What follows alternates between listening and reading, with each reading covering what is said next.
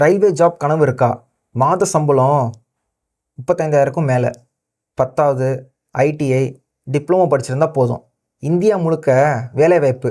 இதுதான் ஆர்ஆர்பியோட assistant loco pilot 2026க்கான notification இப்போது announce பண்ணிட்டாங்க. ஒரு நோட்டிஃபிகேஷன் வந்துடுச்சுன்னா ஆயிரக்கணக்கான பேர் அப்ளை பண்ணுவாங்க. ஆனால் சரியான தகவல் இல்லாமல் பலர் ரிஜெக்ட் ஆகுறாங்க.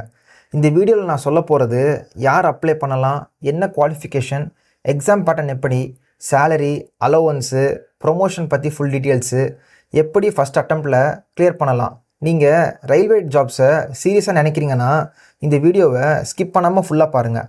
இந்த வீடியோ உங்கள் லைஃப் சேஞ்ச் பண்ணும். வாங்க ஆர்ஆர்பி ஏஎல்பி 2026க்கான முழு விவரத்தையும் இப்போ நம்ம பார்க்கலாம்.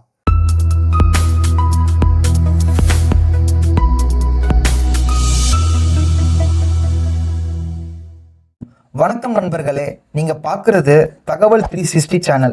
இந்த சேனலில் banking, Aadhaar, PAN, certificates, jobs எல்லாம் இங்கே சுலபமாக சப்ஸ்கிரைப் செய்து தகவலை முதலில் பெறுங்கள்.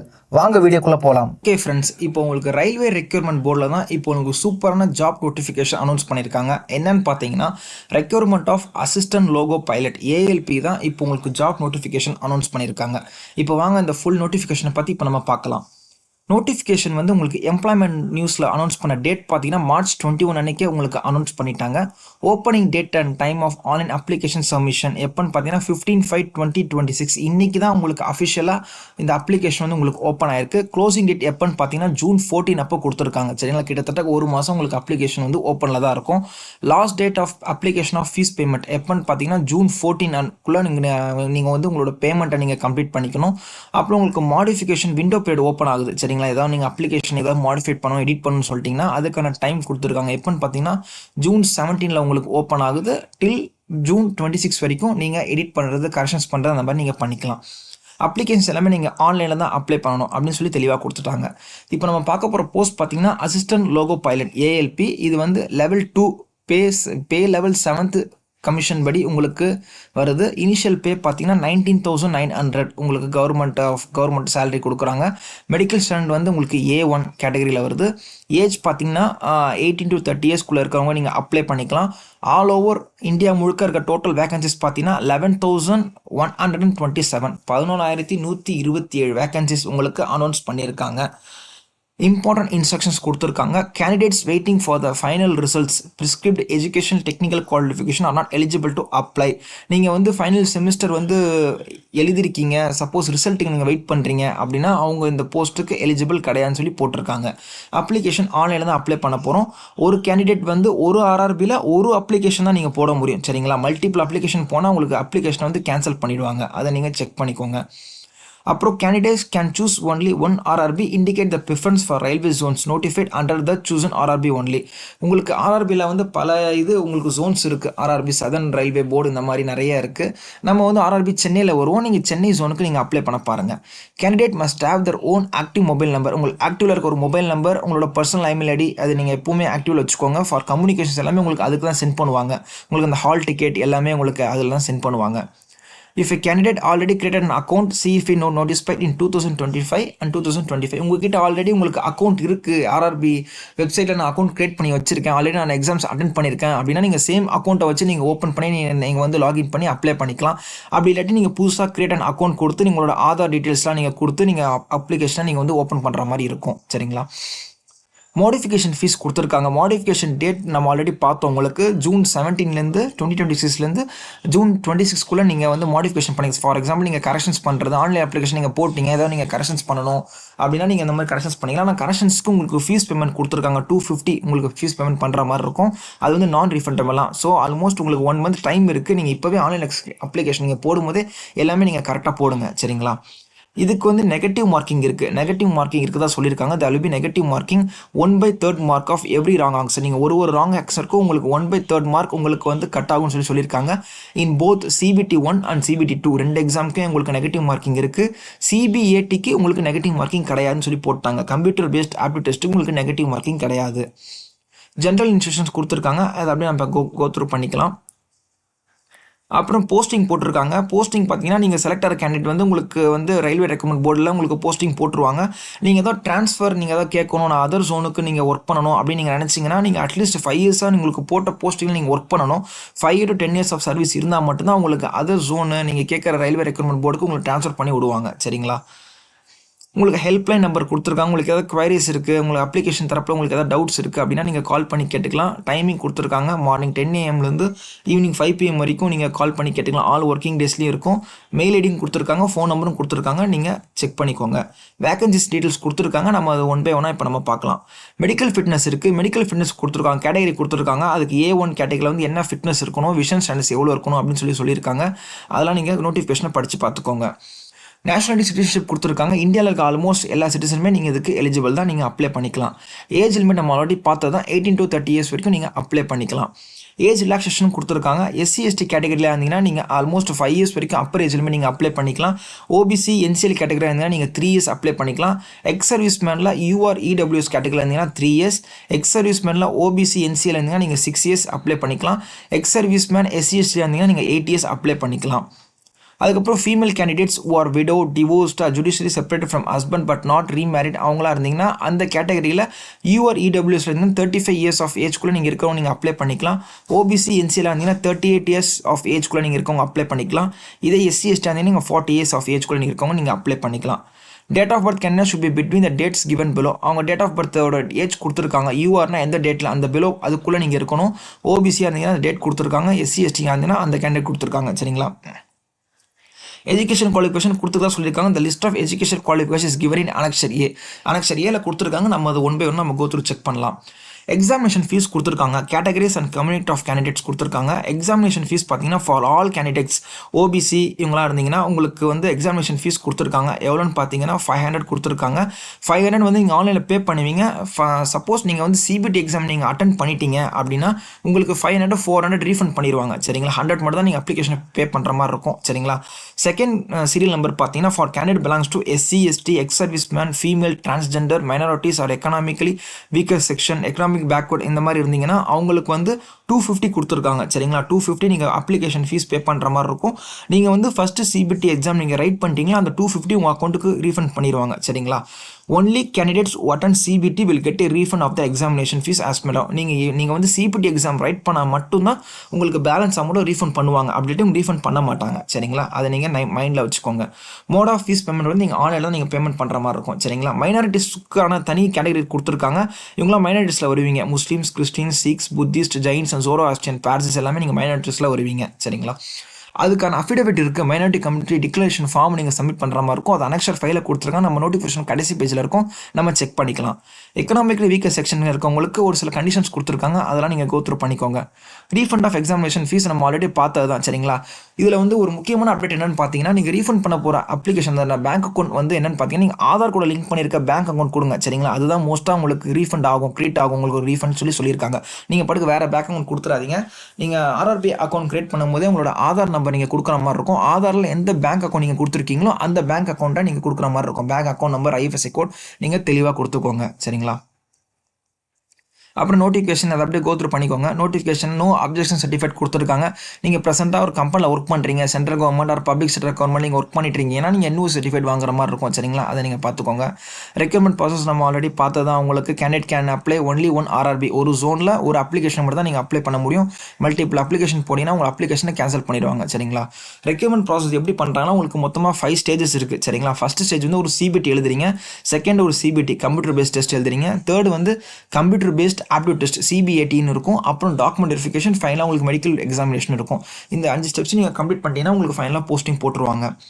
CBT 1 பற்றி இப்போ நம்ம என்னென்னு பார்க்கலாம். CBT 1 வந்து இது ஸ்க்ரீனிங் எக்ஸாம் தான். Shortlisting eligible candidate for write to CBT based on the normalised marks. நீங்கள் CBT 1ல் நீங்கள் ஷார்ட் லிஸ்ட் ஆனால் மட்டும் தான் நீங்கள் CBT 2 எக்ஸாம் நீங்கள் ரைட் பண்ண முடியும். CBTக்கான டியூரேஷன் பேட்டர்ன் கொடுத்துருக்காங்க. டியூரேஷன் வந்து 60 minutes, ஒரு 1 hour இருக்கும். கொஷின்ஸ் பார்த்தீங்கன்னா 75 கொஷின்ஸ் கேட்பாங்க. மேக்ஸிமம் மார்க் 75 தான். ஒரு கொஷனுக்கு 1 மார்க் மாதிரி கொடுத்துருக்காங்க. இதுக்கு வந்து நெகட்டிவ் மார்க்கிங் இருக்குது. 1/3 marks of each wrong answer. ஒரு தப்பான கொஷின்ஸ்க்கும் உங்களுக்கு 1/3 மார்க் உங்களுக்கு கேன்சல் பண்ணுவாங்க, ரிஜெக்ட் பண்ணுவாங்க. பாஸ் பர்சன்டேஜ் கொடுத்துருக்காங்க. UR/EWS இருந்தீங்கன்னா 40%, OBC கேட்டகரியாக இருந்தால் நீங்கள் 30%, அண்ட் SC இருந்தால் 30%, ST இருந்தால் நீங்கள் 25% எடுத்தால் ஸ்கோர் பண்ணால் போதும். சிலபஸ் கொடுத்துருக்காங்க. Mathematics, mental ability, general science இதுக்கான சிலபஸ் கொடுத்துருக்காங்க. நீங்கள் அது என்னன்னு சொல்லிட்டு நீங்கள் கோத்ரூ பண்ணிக்கோங்க. நெக்ஸ்ட்டு செகண்ட் ஸ்டேஜ் சிபிடி கொடுத்துருக்காங்க. ஷார்ட்டேஜ் ஆகிற கேண்டிடேட்ஸ் வந்து நீங்கள் சிபிடி 2 நீங்கள் ரைட் பண்ணுற மாதிரி இருக்கும். சரிங்களா, அதை பார்த்துக்கோங்க. அதுக்கான பேட்டர்ன் கொடுத்துருக்காங்க. சிபிடி வந்து உங்களுக்கு 2 பார்ட்ஸாக இருக்கும். Part A and part B கொடுத்துருக்காங்க. டியூரேஷன் வந்து 2.5 மணி நேரம் எக்ஸாம் கொடுத்துருக்காங்க. டோட்டல் கொஸ்டின் வந்து 175 கொஸ்டின்ஸ் கொடுத்துருக்காங்க. பார்ட் ஏ வந்து 90 மினிட்ஸ் கொடுத்துருக்காங்க. 100 கொஸ்டின்ஸ் இருக்கும். பார்ட் பி வந்து 60 மினிட்ஸ் 75 கொஸ்டின்ஸ் இருக்கும். இதில் உங்களுக்கு நெகட்டிவ் மார்க்கிங் இருக்குது. சரிங்களா, ஒரு ராங் ஆன்சருக்கும் உங்களுக்கு 1/3 மார்க்ஸ் உங்களுக்கு டிடெக்ட் பண்ணுவாங்க. சரிங்களா, இதில் வந்து மினிமம் பாஸ் பர்சன்டேஜ் பார்த்தீங்கன்னா யூஆர் இடபிள்யூஎஸ் வந்து 40%, ஓபிசியாக இருந்தீங்கன்னா 30%, எஸ்சியாக இருந்தால் 30%, எஸ்டியாக இருந்தால் 25%. சிலபஸ் இருக்குது, தனியாக கொடுத்துருக்காங்க. பார்ட் ஏ சிலபஸ் பார்த்தீங்கன்னா அதுக்கு மேக்ஸ் இருக்குது, ஜென்ரல் இன்டெலிஜென்ஸ் அண்ட் ரீசனிங் கொடுத்துருக்காங்க, பேசிக் சயின்ஸ் அண்ட் இன்ஜினியரிங்ஸ் கொடுத்துருக்காங்க.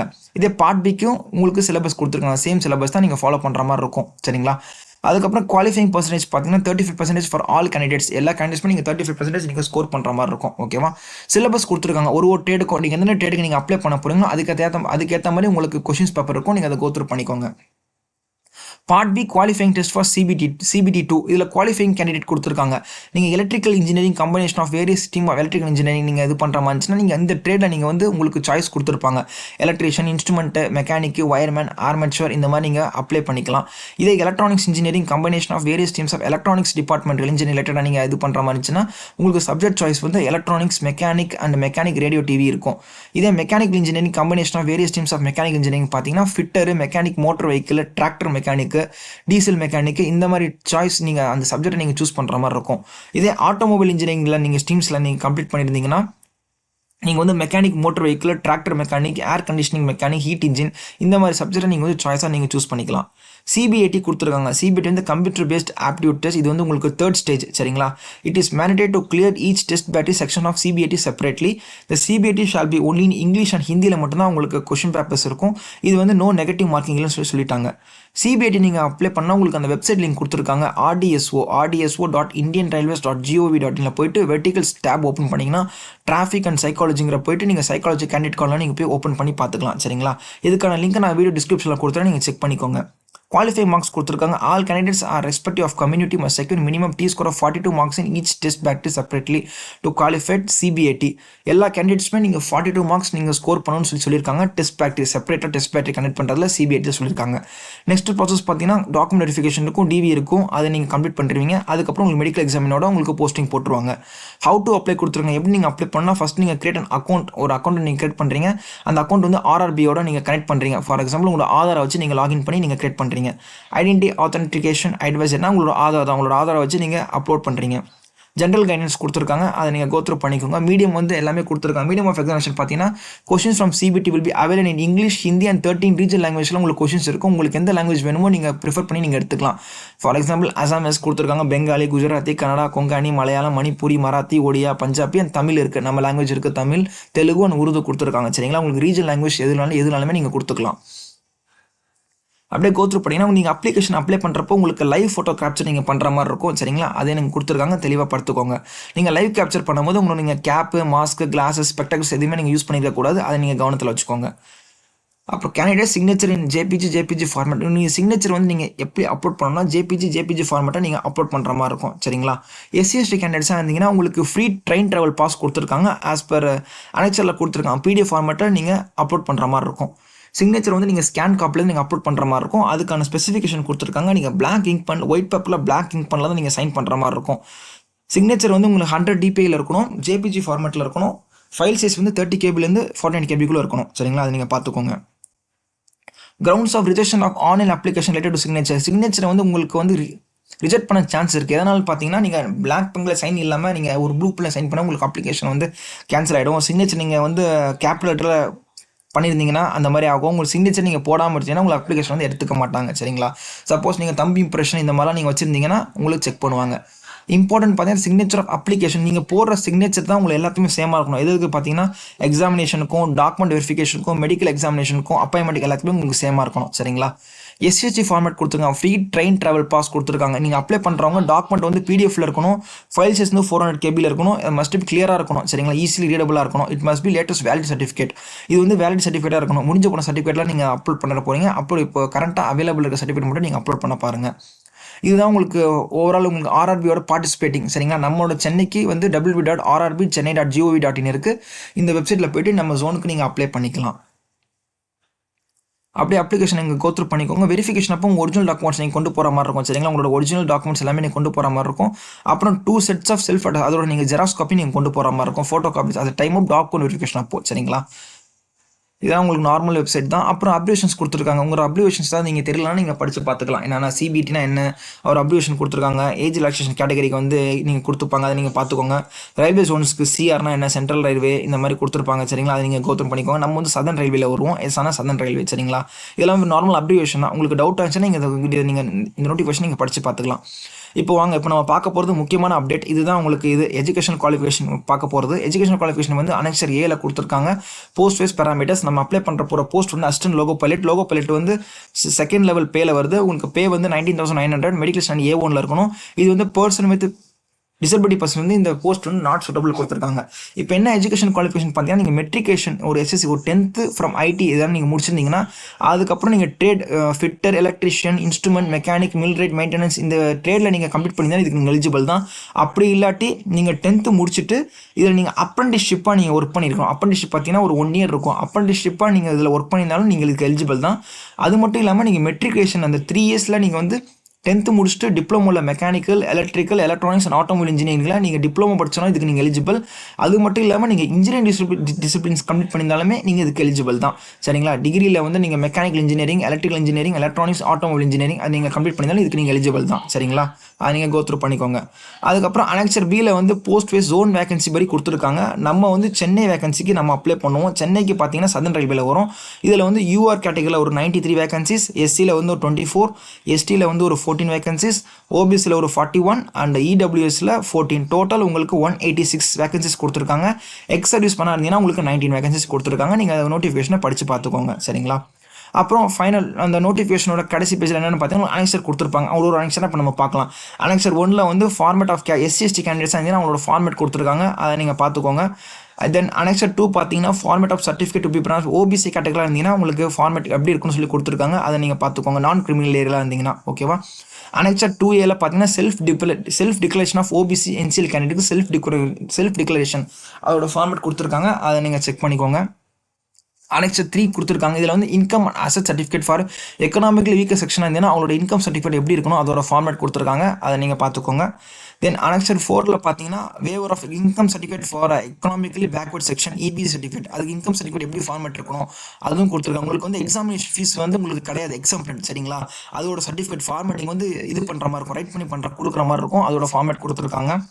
அதுக்கப்புறம் அனெக்சர் 5ல் பார்த்தீங்கன்னா minority self declaration for submitted by candidates for minority communities for waiver of examination fee அதோட ஃபார்மேட் கொடுத்துருக்காங்க. தென் அனெக்சர் 6 கொடுத்துருக்காங்க. 6ல் பார்த்தீங்கன்னா proforma of self declaration to be submitted by candidates applying for assistant loco pilot, LASIK or other corrective eye surgery அந்த கேட்டகரியில் இருக்கும், நீங்கள் apply அதோட அனெக்சர் கொடுத்துருக்காங்க. அனெக்சர் 7A என்னன்னு பார்த்தீங்கன்னா எக்ஸ் சர்வீஸ்மென்ட் கோட்டா அதில் அப்ளை பண்ணுறவங்களோட ஃபார்மேட் கொடுத்துருக்காங்க, அதை நீங்கள் பார்த்துக்கோங்க. அனெக்சர் 7B பார்த்தீங்கன்னா ex serviceman candidates regarding civil employment by availing civil employment அந்த ரிலேட்டடாக நீங்கள் எக்ஸ் சர்வீஸ்மேனில் நீங்கள் வரீங்கன்னா அவங்களோட ஃபார்மேட் கொடுத்துருக்காங்க, அதை நீங்கள் செக் பண்ணிக்கோங்க. அனெக்சர் 8A பார்த்தீங்கன்னா assistant loco pilot self screening medical declaration report, இதுதான் உங்களுக்கு மெடிக்கல் டிக்ளரேஷன் ரிப்போர்ட் சரிங்களா. இதுதான் உங்களுக்கு இப்படி தான் இருக்கும், பார்ட் A இப்படி தான் இருக்கும் சரிங்களா, அதை நீங்கள் பார்த்துக்கோங்க. தென் அனெக்சர் 8B உங்களுக்கு சேம் தான் சரிங்களா. Assistant loco pilot self screening medical declaration report to be submitted on CBAT. இந்த 2 மெடிக்கல் ரிப்போர்ட்டுமே நீங்கள் எப்போ சப்மிட் பண்ணால் CBAT எக்ஸாம் இருக்கும் பார்த்தீங்களா, கம்ப்யூட்டர் பேஸ்ட் ஆப்டியூட் டெஸ்ட் இருக்கும். நீங்கள் 2 CBAT நீங்கள் கிளியர் பண்ணிட்டீங்கன்னா 3rd ஒரு CBAT வைப்பாங்க பார்த்தீங்களா, அப்போ தான் உங்களுக்கு இதை வந்து நோட் பண்ணுவாங்க சரிங்களா. இது வந்து ஐ விஷன்லாம் உங்களுக்கு செக் பண்ணுவாங்க, உங்களோட விஷன் எப்படி இருக்குது அதுக்கு எந்த மாதிரி மெடிக்கல் ரிப்போர்ட் நீங்கள் கொடுக்குற மாதிரி இருக்கும் சரிங்களா. அப்புறம் அனெக்சர் ஃபைனல் அனெக்சர் பார்த்தீங்கன்னா அனெக்சர் 9 கொடுத்துருக்காங்க. இது வந்து கிளாஸ்மேன் கெசட்டட் ஆஃபீஸில் நீங்கள் சைன் வாங்கி அட்டஸ்ட் பண்ணி நீங்கள் கொடுக்குற மாதிரி இருக்கும் சரிங்களா. ஓகே ஃப்ரெண்ட்ஸ், இப்படி தான் நம்ம RRB நோட்டிஃபிகேஷன் நம்ம ஃபுல்லாக பார்த்துட்டோம் சரிங்களா. உங்களுக்கு ஏதாவது டவுட்ஸ் ஏதாவது இருந்துச்சுன்னா எனக்கு கமெண்ட்ஸில் சொல்லுங்கள், நான் உங்களுக்கு ரிப்ளை பண்ணுறேன். Thank you friends. இந்த வீடியோ உங்களுக்கு யூஸ்ஃபுல்லாக இருந்துச்சுன்னா லைக் பண்ணுங்கள். ஏதாவது டவுட் இருந்தால் கமெண்ட்டில் கேளுங்க, நான் கண்டிப்பாக ரிப்ளை பண்ணுவேன். இந்த வீடியோ உங்களுக்கு பயனுள்ளதாக இருந்தால் உங்கள் நண்பர்களுக்கும் ஷேர் பண்ணுங்கள். RRB ALP 2026 மாதிரி முக்கியமான ரயில்வே ஜாப் அப்டேட்ஸ் தினமும் தெரிஞ்சுக்கணும்னா இப்போவே தகவல் 360 சேனலை சப்ஸ்கிரைப் பண்ணுங்கள். அப்படியே பக்கத்தில் இருக்க பெல் ஐக்கானை ப்ரெஸ் பண்ணுங்கள். நம்ம நெக்ஸ்ட் வீடியோவில் இன்னொரு சூப்பர் கவர்மெண்ட் ஜாப் அப்டேட்டோட மீண்டும் சந்திப்போம். நன்றி, வணக்கம்.